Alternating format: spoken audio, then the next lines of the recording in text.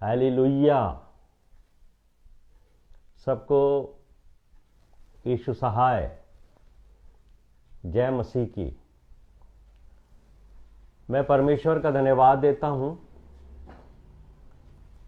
कि उसने मुझे ये अवसर दिया है कि मैं क्रिश्चियन कम्युनिटी चर्च बोरसी की मंडली के साथ मिलकर आज संध्या काल को परमेश्वर के आराधना कर रहा हूं। मैं इस अवसर का लाभ लेते हुए धन्यवाद करना चाहता हूं हमारे पास्टर अर्पण तरुण साहब का और बोर्ड के सभी मेंबर्स का, मैडम फिश का, ब्रदर निर्मल कुजूर साहब का।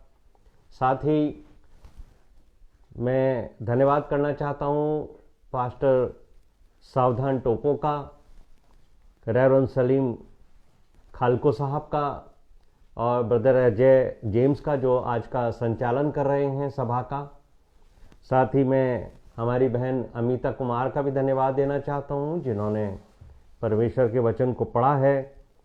साथ ही जो भाई जूम को संभालते हैं अक्सर, भाई संदीप, उनका भी मैं धन्यवाद देना चाहता हूं। अगर उनके अलावा कोई व्यक्ति आज जूम को संभाल रहा है तो मैं उनका भी धन्यवाद देता हूं, पर अक्सर संदीप भैया ही इस बड़े काम को करते हैं, मैं उनका धन्यवाद देता हूं।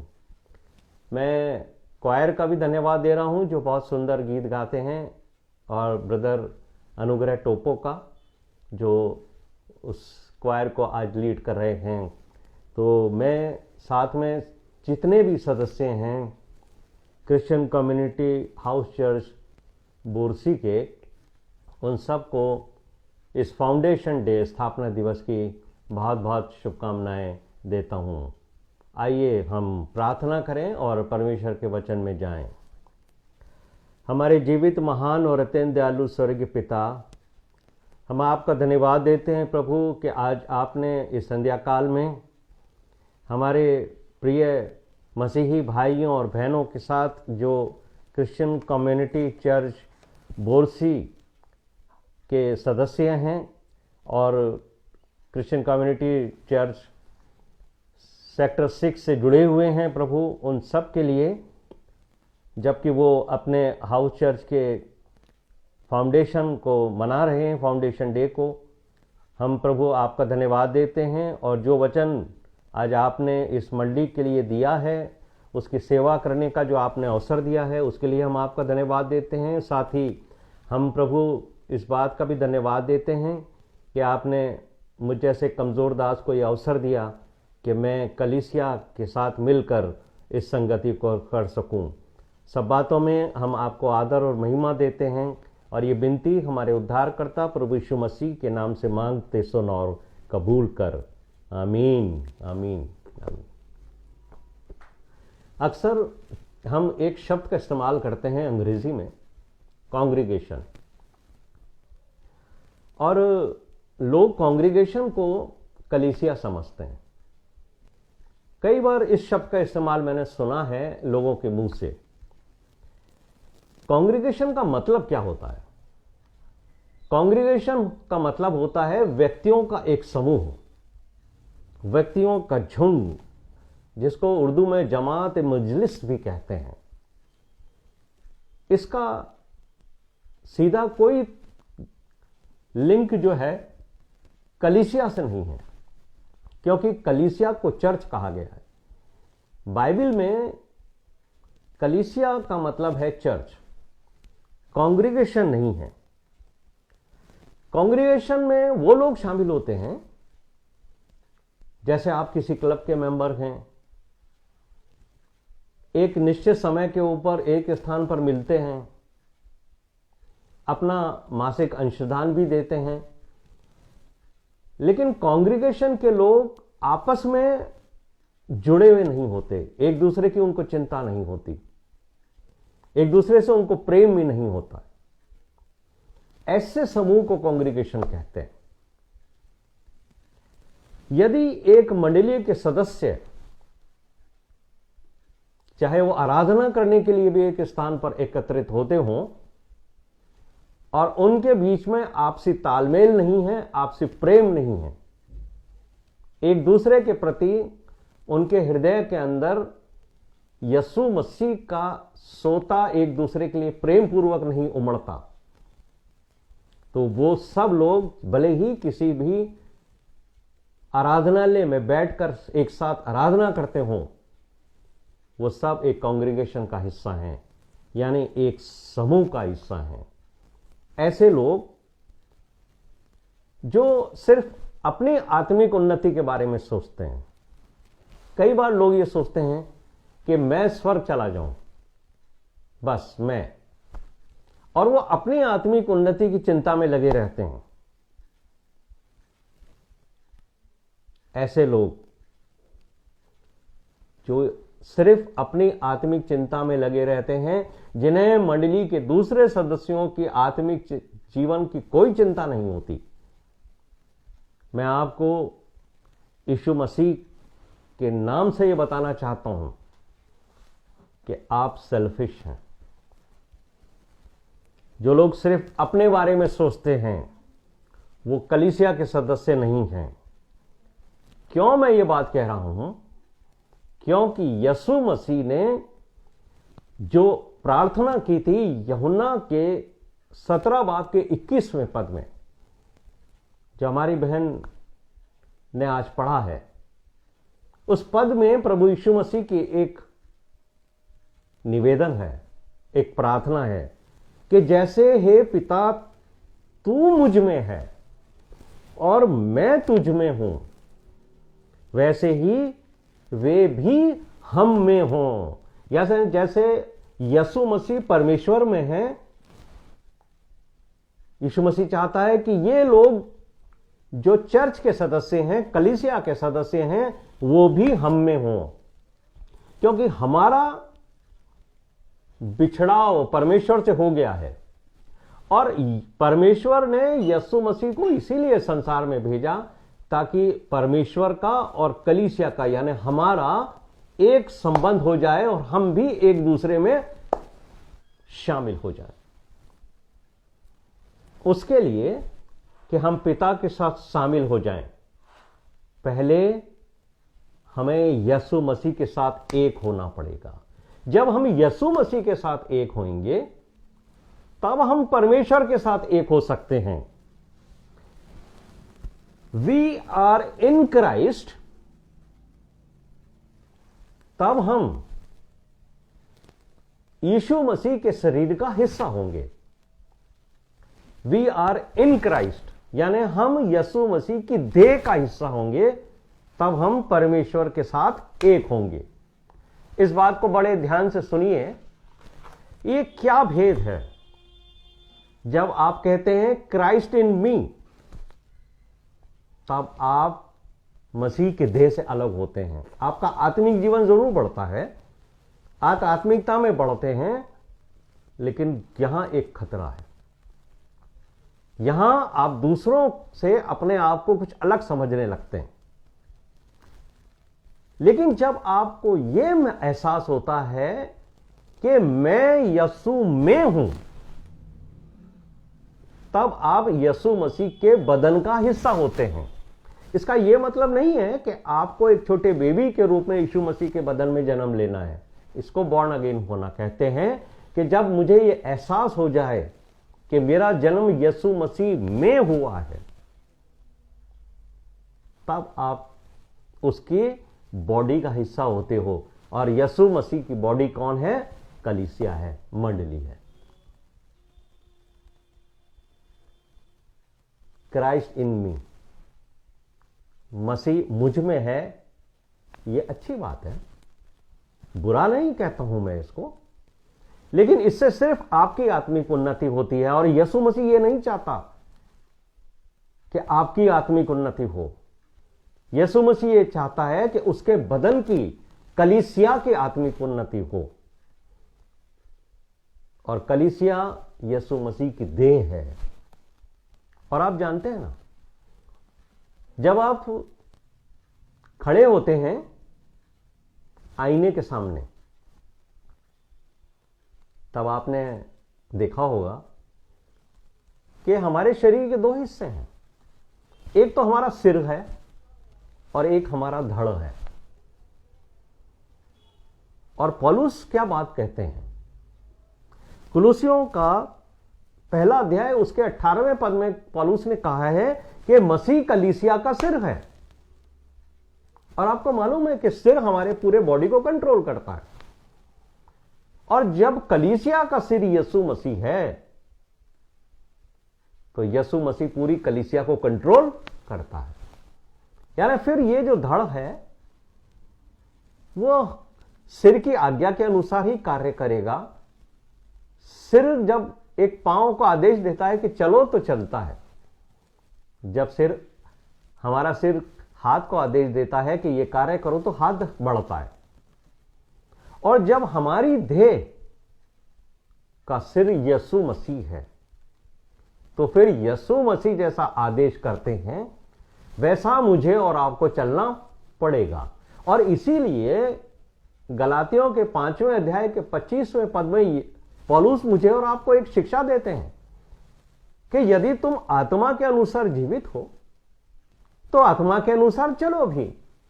जब हम कहते हैं कि हम बॉर्न अगेन हैं, हमारा बपतिस्मा होली स्पिरिट का बैप्टिज्म है, पवित्र आत्मा हमारे अंदर आ गई है, वो पवित्र आत्मा मुझे और आपको यीशु मसीह के बदन का हिस्सा बनाती है, और फिर मैं और आप यीशु मसीह के शरीर से जुड़ जाते हैं। फिर हमारा अपना कोई अस्तित्व नहीं होता। आपको याद होगा यीशु मसीह जब मृतकों में से जी उठे थे और 40 दिन के बाद जब वो स्वर्ग में जाने वाले थे, जिसको हम डे ऑफ असेंशन कहते हैं, तब अपने चेलों से उन्होंने क्या कहा था, तुम पृथ्वी के छोर तक मेरे गवाह होगे। वही बात यीशु मसीह ने उन सब से कही है जो यीशु मसीह के चेले हैं या यीशु मसीह के बदन का हिस्सा हैं, जो कलीसिया के अंग हैं, कि तुम सब पृथ्वी के कोने कोने तक मेरे गवाह होगे। लेकिन जब हम अपनी आत्मिक उन्नति करते हैं, सेल्फ स्पिरिचुअल लाइफ में हम जाते हैं, तब हम जो गवाही देते हैं उससे हमें आदर और महिमा मिलने लगती है। इस बात को समझ लीजिए कि यीशु मसीह ने अपने चेलों को और कलीसिया को यानी चर्च को यह आज्ञा दी है कि तुम मेरे गवाह होगे। मुझे और आपको यीशु मसीह के गवाह होना है। और गवाही किस बात की होती है? गवाही हमारे कार्यों के द्वारा होती है, हमारे कार्यों के द्वारा। लेकिन जो काम हम करेंगे उससे जब प्रभु यीशु मसीह को महिमा मिलेगी, तब हम यीशु मसीह के गवाह होंगे। और यदि हम कोई ऐसा धार्मिक कार्य करते हैं जिससे हमें आदर और महिमा मिलती है, तो हम अपने गवाह होते हैं, हम यीशु मसीह के गवाह नहीं होते। यह फर्क है कांग्रीगेशन में और बॉडी ऑफ क्राइस्ट में। कि कांग्रीगेशन में व्यक्ति अपने अस्तित्व को लेकर अकेला चलता है, उसको दूसरों से कोई मतलब नहीं है, चाहे वो एक धार्मिक संगठन ही क्यों ना हो। लेकिन यीशु मसीह उससे खुश नहीं होता। यीशु मसीह चाहता है कि तुम मेरे बदन का हिस्सा हो। इसलिए चर्च जो है वो बॉडी ऑफ क्राइस्ट है, यीशु मसीह का बदन है। प्रेरितों का काम दूसरा अध्याय उसके 1 से 3 पद जब हमने पढ़े हैं या आप पढ़ेंगे तो आपको मालूम होगा कि वहां 120 जने इकट्ठे थे जिनके ऊपर पवित्र आत्मा उतरा था, और उस दिन कलीसिया की स्थापना हुई थी। और जब पवित्र आत्मा आपके अंदर आता है, तब आप यीशु मसीह की देह का हिस्सा बनते हैं, कलीसिया के हिस्सा बनते हैं। तब आप सिर्फ अपने बारे में नहीं सोचते हैं, तब आप पूरी मंडली, पूरी कलीसिया के बारे में सोचते हैं। और वो जो प्रथम कलीसिया थी, मैं आपको उसके बारे में बताना चाहता हूं कि उसमें क्या गुण थे, और यीशु मसीह की बॉडी, यीशु मसीह के नाम की जो कलीसिया आज भी स्थापित है, उसमें भी वही गुण होने चाहिए। उस कलीसिया में, जो प्रथम कलीसिया थी, उसमें कोई गरीब नहीं था, कोई अमीर नहीं था, कोई छोटा नहीं था, कोई बड़ा नहीं था। जैसा पौलुस कहते हैं ना कि अब हम में ना तो कोई यहूदी रहा ना कोई यूनानी रहा, अब हम सब एक हैं क्योंकि हम मसीह के बदन में हैं। वी आर इन क्राइस्ट, तब हम एक हैं।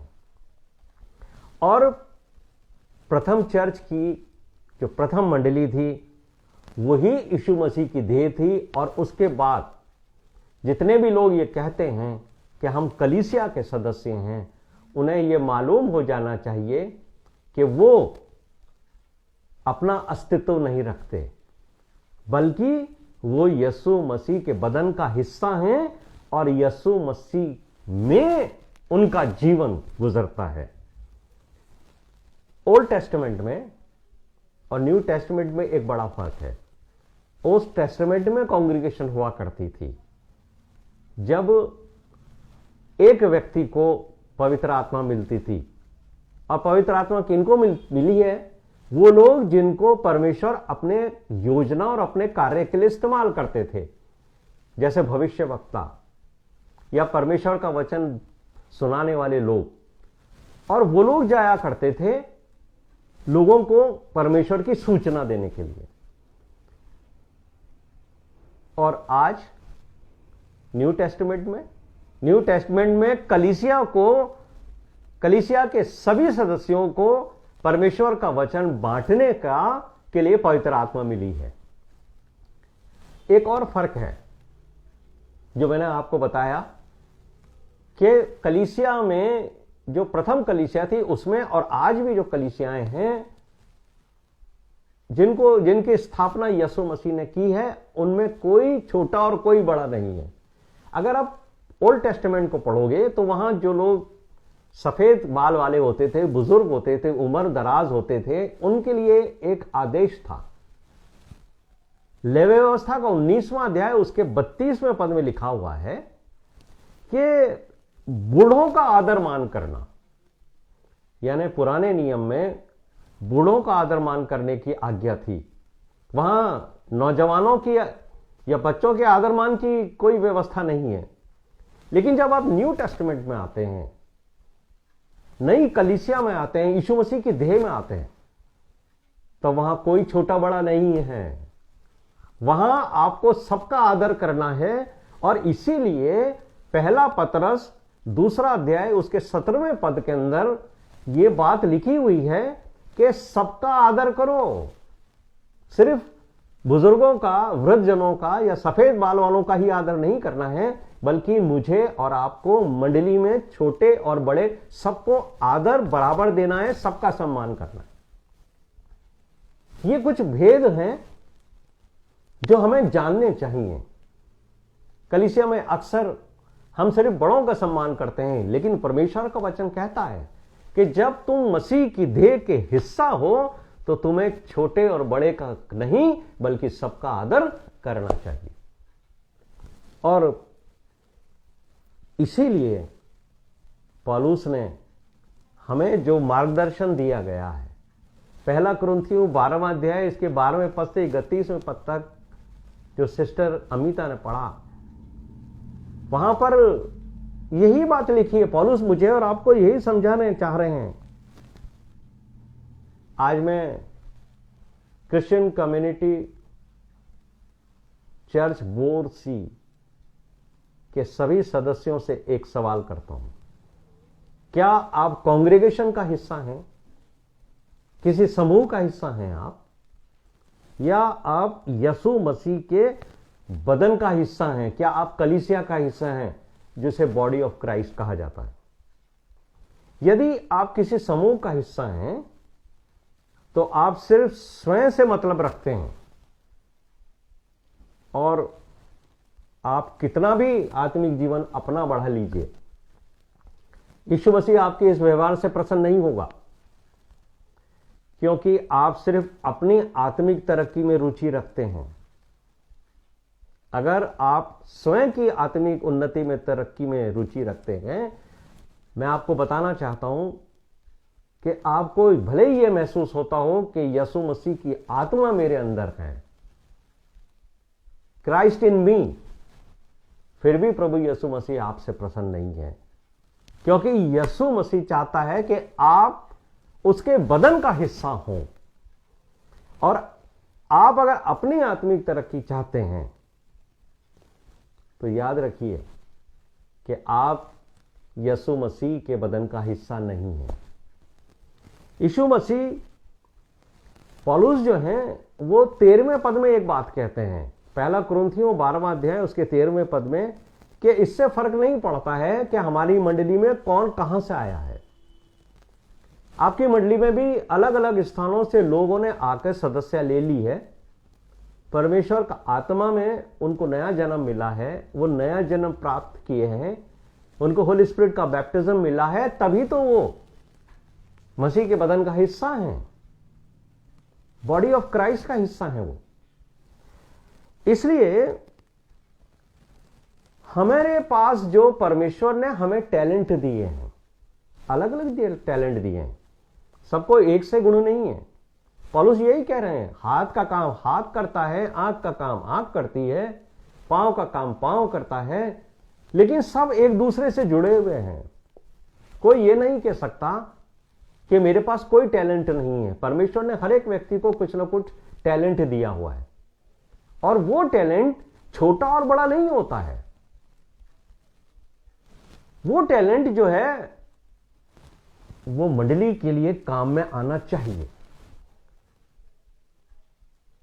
हमारे बदन में बहुत सारे हिस्से हैं, यही तो पौलुस ने हमें समझा दिया है कि आप ये मत समझो कि आप छोटे हो, या आप ये मत सोचो कि आप बड़े हो। आप कोई ना कोई आत्मिक कार्य करते हो अपनी योग्यता के अनुसार, और भरपूर समर्पण के साथ जब आप मंडली में काम करते हो, तब आपका जो कंट्रीब्यूशन है मंडली के लिए, कलीसिया की तरक्की के लिए होना चाहिए। और मैं आज मोरसी की मंडली के जो वृद्ध पुरुष हैं, जो बड़े हैं, बुजुर्ग हैं उम्र में, जिनके पास बेटे भी हैं, जिनके पास बेटियां भी हैं, जिनके पास पोता पोती हैं, नाता नाती हैं, मैं उनसे एक बात कहना चाहता हूं। परमेश्वर का वचन व्यवस्था विवरण 6 अध्याय उसके दूसरे पद में क्या कहता है? वहां पर लिखा है कि तू तेरा बेटा, यानी पहले तो आप, फिर आपके बेटे बेटी, फिर आपके पोता पोती, नाता नाती, ये सब यहोवा का भय मानते हुए उसकी विधियों और आज्ञाओं के अनुसार जीवन भर चले, ये आपको देखना है। अब आपको फिजिकल काम करने की जरूरत नहीं है, वो एज नहीं है आपकी, लेकिन आपको बच्चों की, कलीसिया के एक एक व्यक्ति के आत्मिक उन्नति के लिए ध्यान रखना है। अक्सर हम अपने ही परिवार के बच्चों का ध्यान रखते हैं, मेरा बेटा, उसका आत्मिक जीवन खराब ना हो, लेकिन नहीं, आपको अपने पोता पोती, अपने नाता नाती की जीवन का लिए नहीं, बल्कि आपको पूरी मंडली के आत्मिक जीवन की चिंता होनी चाहिए। तब आप बॉडी ऑफ क्राइस्ट यानी यीशु मसीह के बदन का हिस्सा हैं। तब आप जो हैं वो इस बात को क्लेम करेंगे जो अक्सर हम अपने परिवार के बच्चों के लिए करते हैं। हर व्यक्ति के मन में एक ही अभिलाषा और इच्छा होती है कि उसके जो बच्चे हैं उनका जीवन परमेश्वर के वचन के अनुसार हो। लेकिन यूहन्ना की 3री पत्री उसके 4थे पद के अंदर जो बात लिखी है, उसे मसीह के बदन का हर एक व्यक्ति, वृद्ध पुरुष, उसको क्लेम करना है ये। और वहां पे क्या लिखा है?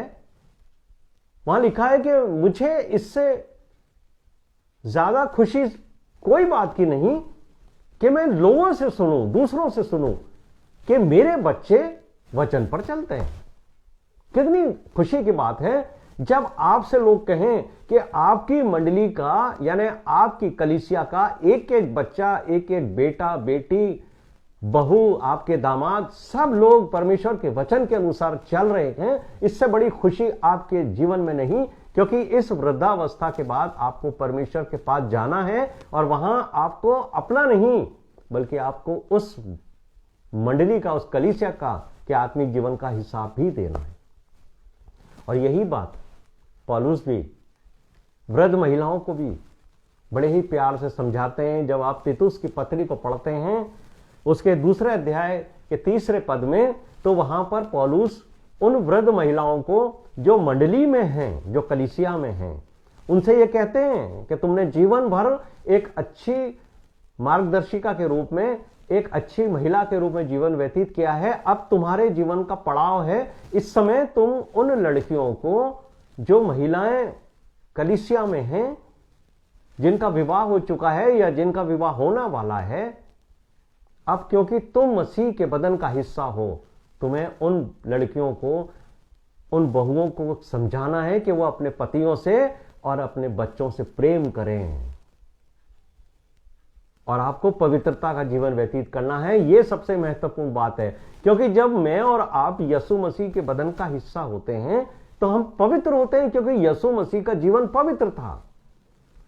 और जब यीशु मसीह पवित्र था तो उसके बदन का जो भी हिस्सा है, यानी जो भी कांग्रीगेशन का हिस्सा है, कलीसिया का हिस्सा है, यीशु मसीह के बदन का हिस्सा है, वो सब पवित्र होंगे। इसीलिए मैं सब बड़ी उम्र की महिलाओं से एक बात कहता हूं कि यदि आपको आपकी मंडली के किसी भी परिवार के अंदर किसी भी तरह की समस्या का आप सुनो कि पति पत्नी में कहीं मनमुटाव है, कहीं किसी कलीसिया के किसी परिवार में शैतान ने कड़वे बीज बो दिए हैं, और शैतान का यही काम है कि वो पति पत्नी के बीच के अंदर मनमुटाव पैदा करता है, डिफरेंसेस पैदा करता है। शैतान ये चाहता है कि परिवार टूटे, और जब परिवार टूटते हैं तो मंडली टूटती है। लेकिन प्रभु यीशु मसीह ने मुझे और आपको एक ही उदाहरण दिया है। 99 भेड़ों को छोड़कर यीशु मसीह एक भेड़ के लिए पहाड़ पर जाकर उसको ढूंढ के लाता है। ये आपको और मुझे जिम्मेदारी दी गई है, मंडली के अंदर होने की वजह से, मसीह के बदन में होने की वजह से, कि हम जाकर हर परिवार की सुधि लें यदि किसी में शैतान ने कोई कड़वा बीज बोला है। इसके पहले कि परिवार टूट जाए, वहां जाकर मेल मिलाप की आत्मा से काम करें, ताकि हम मसीह के बदन में बने रहें, और उस परिवार को, उस पति पत्नी, बच्चों को, जो बच्चे नौजवान बिखर रहे हैं, भटक रहे हैं, वो हमारा हिस्सा है, यीशु मसीह के बदन का हिस्सा है, उनको हमें जाने नहीं देना है। जब एक बच्चा हमारे मंडली का फर्स्ट रैंक आता है, फर्स्ट डिवीजन आता है, कोई पोजीशन लेता है, पूरी मंडली में खुशी होती है, क्योंकि हम ये महसूस करते हैं हमारा बच्चा है, हमारी मंडली का है। तब अगर एक बच्चा पिछड़ जाता है पढ़ने में, तो क्या हमें दुख नहीं होगा? कोई एक बेटी या एक बेटा हमारे संस्कारों से भटक जाता है, परमेश्वर के वचन से भटक कर दूर चला जाता है, आपको दुख होना चाहिए। यही तो पौलुस कह रहे हैं कि हमारा छोटा सा छोटा अंग भी अगर दुखता है, एक उंगली में भी तकलीफ होती है, तो पूरा बदन दुखने लगता है। आप ये मत सोचिए कि आप छोटे हैं, ये मत सोचिए कि आपके अंदर टैलेंट नहीं है। परमेश्वर ने अगर आपको मंडली में रखा है तो निश्चित तौर से परमेश्वर आपकी उस छोटी सी योग्यता से भी आपको इस्तेमाल करेगा। हमारे जो शरीर के अंदर बहुत सारे अंग हैं, लेकिन मेरे प्रिय भाइयों और बहनों, परमेश्वर ने किसी भी अंग को ऐसा नहीं रखा है कि वो बेफायदा है, उसकी कभी जरूरत नहीं पड़ती। मैं एक उदाहरण देके आपको समझा देता हूं। ये मेरी नखून है, आप देख रहे हैं ना, ये छोटा सा। अगर ये मेरी छोटी सी उंगली का नखून ये सोचे कि मेरी तो शरीर में कोई आवश्यकता ही नहीं है, मैं तो किसी योग्य ही नहीं हूं, मैं तो कुछ कर ही नहीं सकता, तो परमेश्वर ने इसे क्यों रखा है? इसकी योग्यता है। और जब शरीर में इचिंग होती है, खुजली होती है, तब ना तो पांव काम देता है ना हाथ काम देता है। काय से खुजाते हैं हम? इस छोटे से नखून से खुजाते हैं, हमें तसल्ली मिलती है। तो आप देखिए कि एक छोटा सा शरीर का हिस्सा भी इसलिए रखा गया है कि वो शरीर की बेहतरी के लिए समय आने पर योगदान दे। और आप में से बहुत सारे लोग हैं, सब लोग प्रचारक नहीं हो सकते, सब लोग शिक्षक नहीं हो सकते, सब लोग मंडली में इंस्ट्रूमेंट नहीं बजा सकते जैसे अनुग्रह बजाता है, सब लोग क्वायर के मेंबर भी नहीं हो सकते, लेकिन जो भी कुछ आपको दिया गया है उससे आप सेवा कर सकते हो। कुछ लोग पहुनाई कर सकते हैं। कुछ हमारी जो जवान बेटियां हैं जिनके पास छोटे बच्चे भी हैं, वो संडे स्कूल के अंदर एक शिक्षिका के रूप में, संडे स्कूल टीचर्स के रूप में सेवा दे सकती हैं। जरूरी नहीं है कि आप बोर्ड के सदस्य हो तभी आपको जो है वो मान्यता दी जाएगी कि आप मंडली के अंदर कुछ काम कर रहे हो। मंडली का मतलब है यीशु मसीह की देह, और देह का मतलब है उसके सारे अंग जो मिलकर काम करते हैं, जिससे तरक्की होती है।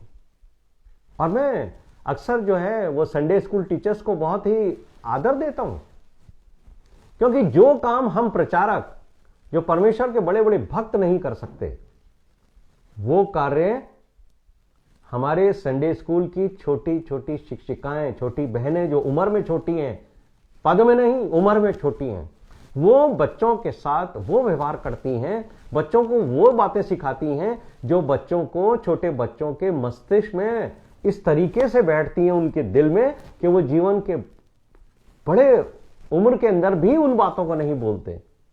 आज भी बहुत सारे लोग ये बात बताते हैं कि संडे स्कूल में हमें वचन की ये शिक्षा दी गई। किसका योगदान है? उन शिक्षिकाओं का जिन्होंने उन्हें संडे स्कूल में पढ़ाया। कोई भी व्यक्ति अपने योगदान से परमेश्वर के मंडली को आदर दे सकता है। इसलिए आप कभी यह मत सोचिए कि मैं जो हूं वो किसी योग्य नहीं हूं। इफिसियों के 5वें अध्याय में उसके 27वें पद में यीशु मसीह बोरसी की कलीसिया को एक तेजस्वी कलीसिया बनाकर अपने पास खड़ी करना चाहते हैं, यानी दुल्हन बनाना चाहते हैं। और दुल्हन कहां है? दुल्हन आई कहां से थी? हवा को कहां से निकाला परमेश्वर ने? आदम के जिस्म से। और यही बात हमें समझाई गई है कि मैं और आप यीशु मसीह की देह हैं, तो हम यीशु मसीह में से निकले हैं, हम उसके अंदर हैं, तब हम उसकी देह हैं।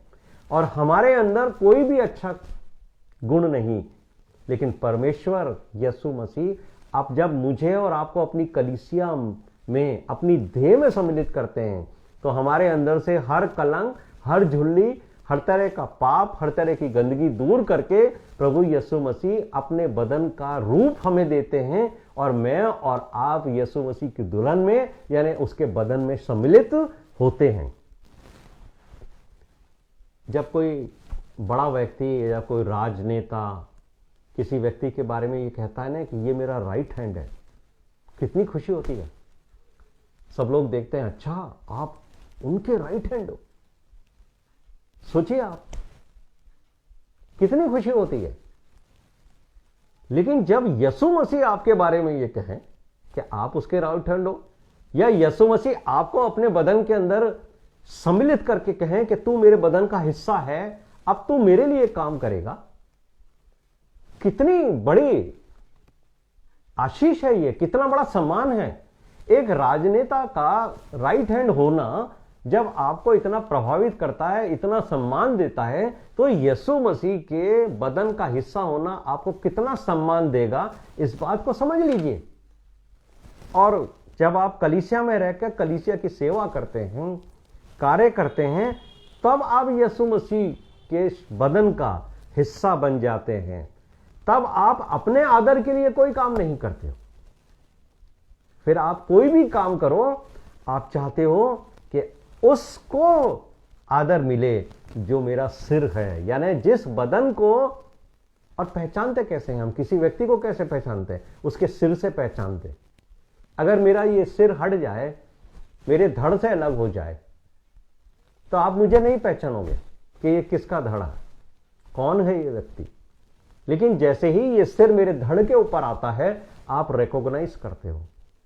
यही है वो भेद भरी बात कि यीशु मसीह का सिर हमारी मंडली के ऊपर, जिसे हम यीशु मसीह की देह कहते हैं, जैसे ही हमारा सिर, हमारा कंट्रोल यीशु मसीह के पास जाता है, ये देह जो है वो लोगों के लिए आशीष का कारण बनती। लेकिन ये कब होगा? जब हम सब साथ जुड़कर उसकी सेवा करेंगे, और उसके लिए हमारे बदन को यीशु मसीह की आत्मा की आवश्यकता है। अगर आज तक आप अपने को मसीह के बदन से अलग रखते हो, if you feel that Christ in me but I am not in Christ, मसीह तो मुझ में है, मैं अच्छा जीवन व्यतीत कर रहा हूं, मैंने अपने लिए बहुत कुछ काम किया है, लेकिन मैं यीशु मसीह में नहीं हूं, तो याद रखिए कि आप यीशु मसीह के बदन का हिस्सा नहीं हो। आपने सिर्फ अपने लिए जीवन व्यतीत किया है और यीशु मसीह उससे खुश नहीं होता, क्योंकि जिस दिन आप इस जीवन से उठकर स्वर्ग में जाएंगे और वहां यीशु मसीह आपका इंट्रोडक्शन कराएंगे, इनसे मिलो, ये है मेरा हाथ, ये है मेरा बदन, ये मेरा पांव है। जब मैं संसार में नहीं था तब इन लोगों ने अपने आप को मेरे शरीर का हिस्सा बनाकर मेरे प्रचार के काम को इतना किया, मेरे बारे में लोगों को इतना बताया कि सारी दुनिया के कोने कोने तक आज लोग मुझे आदर देते हैं। और मेरे और आपके कामों और यीशु मसीह के लिए जो हम सेवा करते हैं उससे प्रभु यीशु मसीह को आदर मिलेगा। तब हम ये कह सकते हैं कि आई एम इन क्राइस्ट, मैं यीशु मसीह में हूं, यानी मैं यीशु मसीह के बदन का हिस्सा हूं। और मैं ये आशा करता हूं कि इस संदेश के बाद आप में से कोई भी व्यक्ति मंडली के बाहर जाकर अपने लिए नहीं जिएगा, बल्कि हम सब लोग मिलकर कलीसिया के लिए जिएंगे, ताकि कलीसिया की तरक्की हो, और कलीसिया यीशु मसीह का बदन है। मैं एक बार फिर आप सबको जो बोरसी कलीसिया से संबंधित हैं शुभकामनाएं देता हूं, और क्रिश्चियन कम्युनिटी चर्च की विभिन्न हाउस चर्चेज के सदस्यों को भी इस अवसर पर शुभकामनाएं देता हूं। आइए हम प्रार्थना करें और परमेश्वर का धन्यवाद दें। हमारे जीवित, महान और अत्यंत दयालु स्वर्गीय पिता, इस वचन के द्वारा हमने जान लिया है प्रभु कि हम सिवाय सिर्फ अपनी आत्मिक उन्नति के लिए ना जिएं, बल्कि प्रभु हम उस बदन का हिस्सा हो जाएं जो आपका बदन है, जो प्रभु यीशु मसीह का बदन है, जो कलीसिया है, जिसके द्वारा सबकी तरक्की हो। फिर हमें ना कोई छोटा हो ना बड़ा हो प्रभु। जब किसी का मन में दुख हो तो हम सब उसके लिए उपस्थित हों। जब किसी के जीवन में कष्ट हो तो सारे लोग उसके लिए उपस्थित हों, उसे संभालें। जब कोई एक बीमार हो तो सब मिलकर प्रार्थनाएं करें। और मेरे परमेश्वर, हमारे जीवन से जो हम मंडली के रूप में हैं, कलीसिया के रूप में हैं, आपको आदर और महिमा मिले, क्योंकि आप यीशु मसीह हमारे सर हैं और आपके द्वारा ही हम प्रभु परमेश्वर के साथ एक हो जाएंगे। सब बातों में हम आपको आदर और महिमा देते, और ये विनती हमारे उद्धारकर्ता प्रभु यीशु मसीह के नाम से मांगते, सुनो, कबूल कर।